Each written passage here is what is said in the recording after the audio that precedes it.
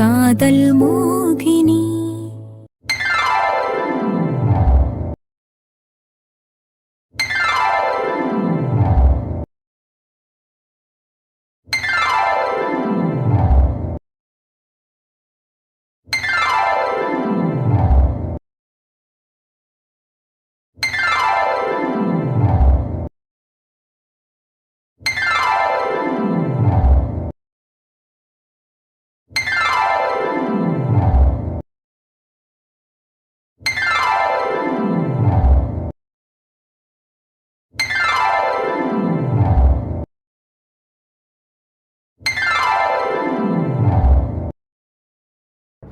ஏய் மோகனா, இப்ப நீ உள்ள போறியா இல்லையா? இதோ போறேன் மாமா. நான் அத்தை கூட போய் இருக்கேன். நான் வரேன் தீரா மாமா. தீரா மாமா வந்தோடனே இவளுக்கு பயம் போயிருச்சு. வர்றேன், வந்தோடனே பேசிக்கிறேன். அக்கறை அத்தாடி நம்ம பார்வையல்ல இருக்கு. டேய் அக்கரா, பார்வையை மாத்துடா. விட்டா அவளை இங்கேயே பிச்சு திங்கிற மாதிரி பாத்துட்டு கிடக்க. ஏய் ஏய் மாப்பிள, உன்னோட பார்வையே சரியில்லை. அந்த நாதாய் உங்ககிட்ட தான் வரான். கொஞ்சமாவது நார்மல் ஆயிடுடா. ஏங்க, ஹலோ ஹலோ. என்ன? இந்த பாருங்க, அவ என்னோட மாமா பொண்ணு. சரி. அவ நான் கட்டிக்க போறவ. சரி. எங்க 2 பேத்துக்கும் நிச்சயம் கூட முடிஞ்சிருச்சு. அப்படியா? அது சரி. உங்களுக்கு தான் பழசெல்லாம் மறந்து போயிடுச்சுல்ல, அதனால இது எதுவும் ஞாபகம் இருக்காது. சின்ன வயசுலயே எனக்கும் அவளுக்கும் தான் கல்யாணம்னு முடிவு பண்ணியாச்சு. யார் முடிவு பண்ணாங்க? அது அது எங்க மாமா தான். ஏன்னா உங்களுக்கு 10 நிமிஷம் தான் ஞாபகம் வருமே, அப்ப யோசிச்சு பாருங்க, புரியும். அதெல்லாம் சரிதான் தம்பி. நீ ஏன் இவ்வளோ டீட்டெயில்ஸ்லாம் என்கிட்ட சொல்ற? எனக்கு அந்த பொண்ணு பார்த்தா என் பொண்ணு மாதிரி ஃபீல் ஆகுது. அதுவும் என்னை வந்து ஆசையா கட்டுப்பிடிச்சிச்சு. அதே நான் பார்த்தேன். அதுக்கு ஏன்ப்பா இவ்வளோ டென்ஷன் ஆகுற நீயே? இல்ல, நீங்க அவளை ஒரு மாதிரி பாத்தீங்க, அதான் சொன்னேன். ஐயா அது ஒண்ணும் இல்லைங்க ஐயா. அன்னைக்கு நடந்த ஆக்சிடென்ட்ல இவருக்கு கண்ணு கொஞ்சம் கோக்குமாக்காகி போச்சு. அதான் உன்னைய பாருனா என்னைய பாப்பாரு. அதான் அது மார்கண்ணு மாதிரி. அந்த பிள்ளையெல்லாம் பாத்துருக்க மாட்டாருங்க ஐயா, வேற எங்கேயாவது தான் பாத்துருப்பாரு. நீங்களே எதையாவது கிளப்பி விடாதீங்க. அப்படியா? அப்ப நிஜமாவே அவளுக்கு கண் பார்வை சரியில்லையா? அட ஆமாங்க ஐயா, அவருக்கு கொஞ்சம் கண் பார்வை சரியில்லைதான். ஆனா பாக்குறவங்க யாருக்கும் தெரியாது. அதுக்கு எதுக்கு இவ்வளவு பக்கத்துல வந்து பேசுற? தள்ளியே நில்லு.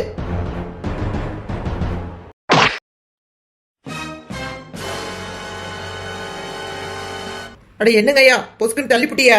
டக்குன்னு எந்திரிக்க முடியல. இல்ல அது சரி, அந்த பையில அப்படி என்னதான் வச்சிருக்க?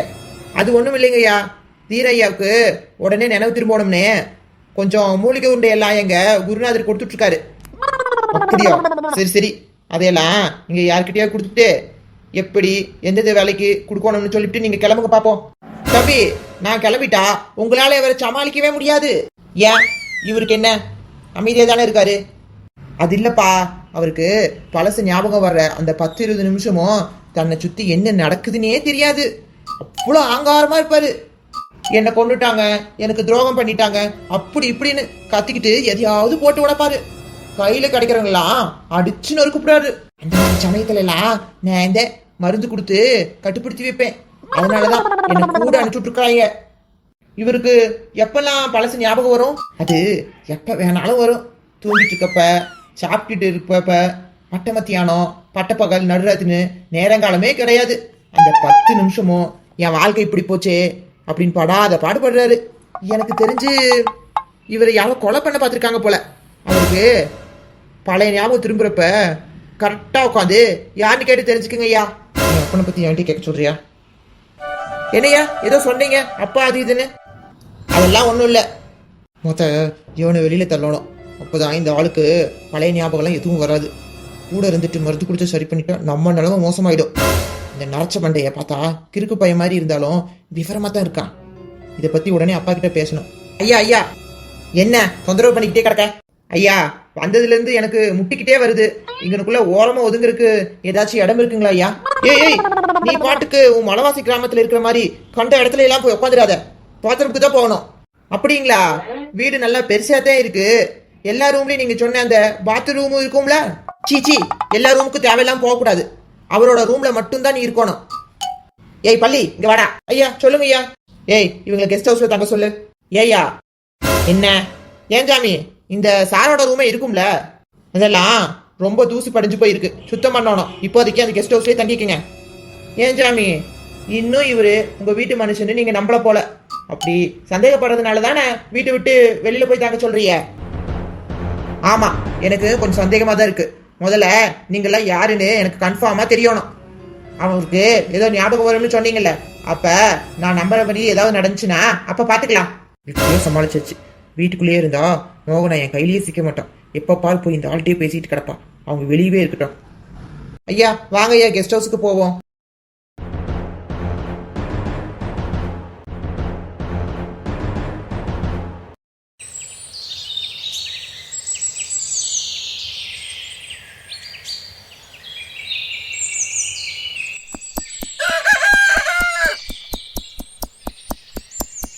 இந்த மோனாப்பில் போனதுலேருந்து வீடே வெறிச்சோன்னு கிடக்கு. என்னத்தை பண்ண, அந்த பிள்ளை இருந்த வரைக்கும் வீடு அம்புட்டு கலகலன்னு இருக்கும். என்னதான் இருந்தாலும் ஒரு பொட்டை பிள்ளை மாதிரி வராது. பெரியம்மா பெரியம்மா, ஏட்டி இங்கே தானே இருக்கேன். எதுக்கு பெரியம்மா பெரியம்மா நீ என் பேரை ஏலம் போடுறவ? மெதுவாக கூப்பிட்டாலும் காது கேட்கலங்கோ, வேகமாக கூப்பிட்டாலும் காதுக்குள்ள கத்துறேங்கோ. இதை வச்சுக்கிட்டு என்னதான் பண்ணுறதுன்னு தெரியல. அது சரி, மணி 10 ஆகுது, இன்னும் எனக்கு ஒரு காப்பி தண்ணி கொடுக்கல. உள்ள என் மருமகளோட சேர்ந்து நீ ரொம்ப கெட்டு போயிட்டு சரலாம். பெரியம்மா அதெல்லாம் உள்ள வேலை நடந்துக்கிட்டு தான் இருக்கு. உங்களுக்கு பிடிச்ச கருவாட்டு குழம்பு மொச்சக்கட்டை போட்டு வச்சிருக்கேன். இது எனக்கு பிடிச்ச கருவாட்டு குழம்பா? அதுவும் மொச்சக்கட்டை போட்டு வச்சிருக்கியா? ரொம்ப நாள் ஆச்சு, இன்னைக்கு ஒரு புடி பிடிச்சிருவோம். ஆனால் பாரு, இந்த வடிவேலு பையனுக்கும் அந்த குழம்பு ரொம்ப பிடிக்கும். கருவாட்டு குழம்பு வச்சா வீட்டையே சுற்றி சுற்றி வருவான். என்னத்தை பண்ண, ஊருக்குள்ளே போயிட்டா? ஆமாம், என் புருஷன் இருந்தால் 2 பேரும் சண்டை போட்டே கிடப்பிய, வீடே ஒரே அளப்பறையா இருக்கும். அடி போடி, அது மாமியா மருமக பாசத்தில் சண்டை கட்டுறது. உனக்கெல்லாம் அது எங்கே புரிய போகுது? போ போய் காப்பி தண்ணி வச்சு கொண்டு வா. பெரியம்மா அதை சொல்லத்தான் வந்தேன். நம்ம வீட்டுக்கு பால் கறக்க வர மல்லியா இன்னும் வரக்கானோம். என்னடி இது அதிசயமால இருக்கு? எப்பவும் நேர கணக்கா வந்துருவா, இன்னைக்கு வரட்டு பேசிக்கிறதே. அம்மா அம்மா, எவடியவ மறுக்கா என் பேர் ஏலம் போட்டு கிடக்கவ? அம்மா நான் தாம்மா மல்லியா, வேலைக்கு கொஞ்சம் நேரமாய் போச்சு, அத்தை வரசா ஓடியாந்தேன். இங்க வா நீ. ஏன்ல மல்லியா, கையில் எழுதியது இது கருப்பட்டி கையில் வச்சு சுத்துறாப்புல கருகருன்னு இருக்கு. ஐயோ அம்மா, உங்களுக்கு விவரமே தெரியல. யாருக்கு? எனக்கு. ஆமா பெரியம்மா, உங்களுக்கு ஒண்ணுமே தெரியல. இது அமெரிக்காவில இருந்து என் தம்பி அனுப்பின ஸ்மார்ட் வாட்ச். இது நம்ம உடம்புல இருக்க எல்லாத்தையும் அப்படியே காட்டிடும். ஓஹோ, எல்லாத்தையும் காட்டிடுமோ? ஆமா பெரியம்மா. சரி, அப்ப உன் மண்டைக்குள்ள இருக்கிற களிமண்ண காட்டுதான்னு முதல்ல கேளு. காலங்கத்தால அலப்பறைய ஆரம்பிச்சுட்டா. பெரியம்மா காலங்காத்தாலே அவர்கிட்ட பஞ்சாயத்தா? ஏன் மளிகக்கா, அப்படி கையில் என்னத்தை தான் கட்டியிருக்கிய? ஏன் செல்லம்மா, உங்களுக்காவது கொஞ்சம் அறிவு இருக்கான்னு பார்ப்போம். இது வாட்ச் கிடையாது, இது ஒரு குட்டி கம்ப்யூட்டராமா. நான் எத்தனை அடி நடக்கிறேன்னு இது அப்படியே எண்ணி சொல்லும்பாங்க. ஆடங்கொப்பத்தில் வீட்டுக்குள்ளே ஒரு அடி எடுத்து வச்சு வேலை செய்ய துப்பில்லை. இதில் இவ நடக்கிறத வாட்ச் வச்சு என்னணுமா? போ ஒழுங்கா சாணி அள்ளி போட்டு ஆட்டுக்கு தலையை போடி. பெரியம்மா சும்மா கத்தாதைய, இதில் இன்னும் ஸ்பெஷல் கிடக்கு. நான் சமைக்கும் போது இது ஹார்ட் பீட் எவ்வளோ இருக்குன்னு சொல்லும் பாருங்க. பெரியம்மா இதில் ஏதோ 120ன்னு ஓடுது.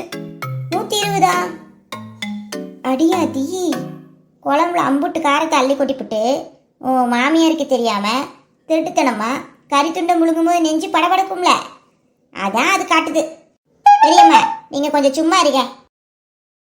செல்லம்மா நீங்க வேணதை தொட்டு பாருங்க, இது ப்ளூடூத்ல கூட பாட்டு பாடும். ஏன் மல்லிகா, இதுல எதுவும் அமுக்கிட்டே போல, ஆனா இதுல இருந்து பாட்டு வரலையே, இது சைரன் சத்தம் தான் கேக்குது. அடங்கப்பா, வாட்ச்ல இருந்து வெள்ளக்காரி கத்துறா போல. போலீஸ் கூப்பிடுறாளா? ஏ சரளா, இந்த மல்லிகாவை எந்த போலீஸ்கார பிடிச்சி ஜெயில போட போறானோ? ஆமாக்கா, மல்லிகா வாட்ச் எதுவும் தப்பா புரிஞ்சுக்கிடுச்சு போல. எமர்ஜென்சிங்குது, ஒருவேளை வாட்ச் வெடிக்க போகுதோ? இதெல்லாம் ஒண்ணும் வெடிக்காது. முதல்ல வாட்சை கழட்டி கொடுங்க. பெரியம்மா வாட்ச் கழட்ட மாட்டேங்குது. அச்சோ, சீக்கிரம் கழட்டு. உன்னை வந்து போலீஸ் பிடிக்க போகுது. இதுக்கு அதிர்ச்சி வைத்தியம் கொடுத்தாதான் சரி வரும்.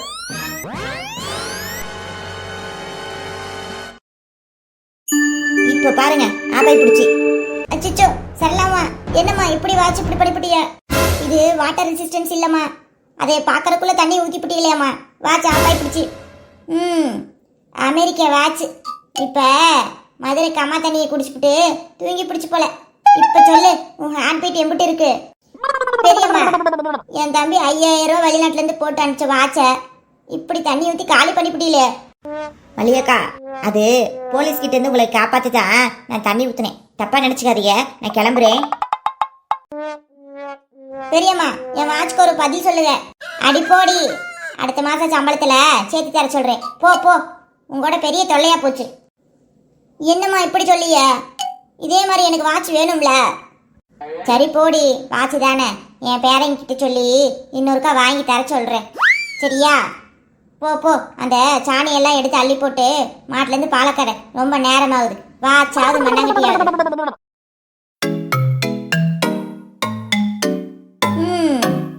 இந்த மதுரை கிளவிக்கிட்டே உன் அமெரிக்க வேலையை காட்சியோ? போடி அங்கிட்டு. எப்படியோ என் தீர மாமாவுக்கு எதுவும் ஆகாம பொழைச்சி வந்துட்டாரு. அதுவே எனக்கு போதும்.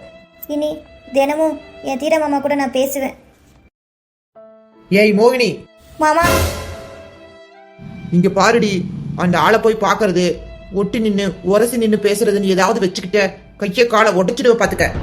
ஏன் மாமா எப்படி சொல்ற? அவரு எனக்கு மாமா தானே. ஏய், நான் சொன்னதை மட்டும் கேளு மோகனா, இல்லைன்னா என்னை பத்தி தெரியும்ல. சரி மாமா. ஏங்க இங்க பாருங்க, இதுதான் உங்களோட கெஸ்ட் ஹவுஸ். நீங்க இங்கேயே தங்கிக்கிடுங்க. சாப்பாடெல்லாம் அரண்மனையிலேருந்து உங்களுக்கு உங்க இடத்துக்கே வந்துடும். சரி சரி, நீ போ, நாங்க போய்க்கிடுதோம்.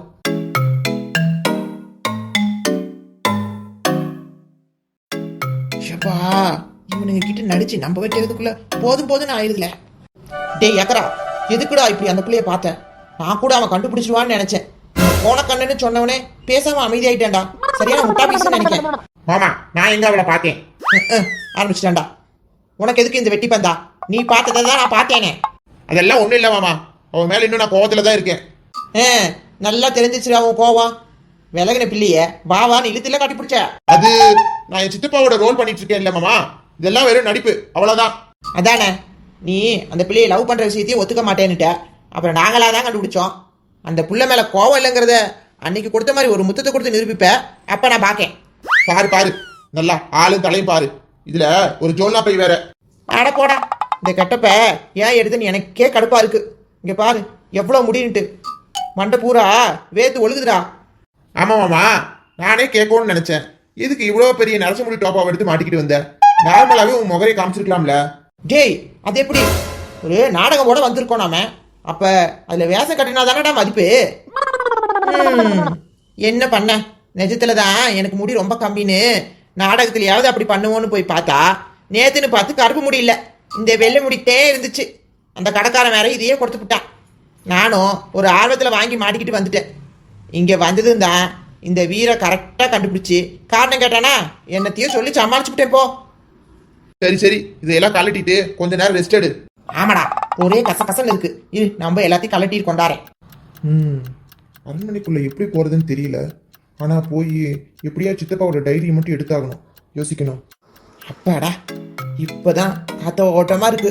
ஆமா, ஏன் இப்படி நடுக்குடத்துல பெப்பர் பேன் உன்னுடைய திக்ஸையெல்லாம் வச்சிருக்க?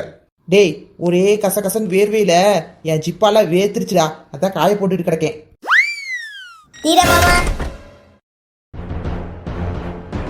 ஐயோ பேயி.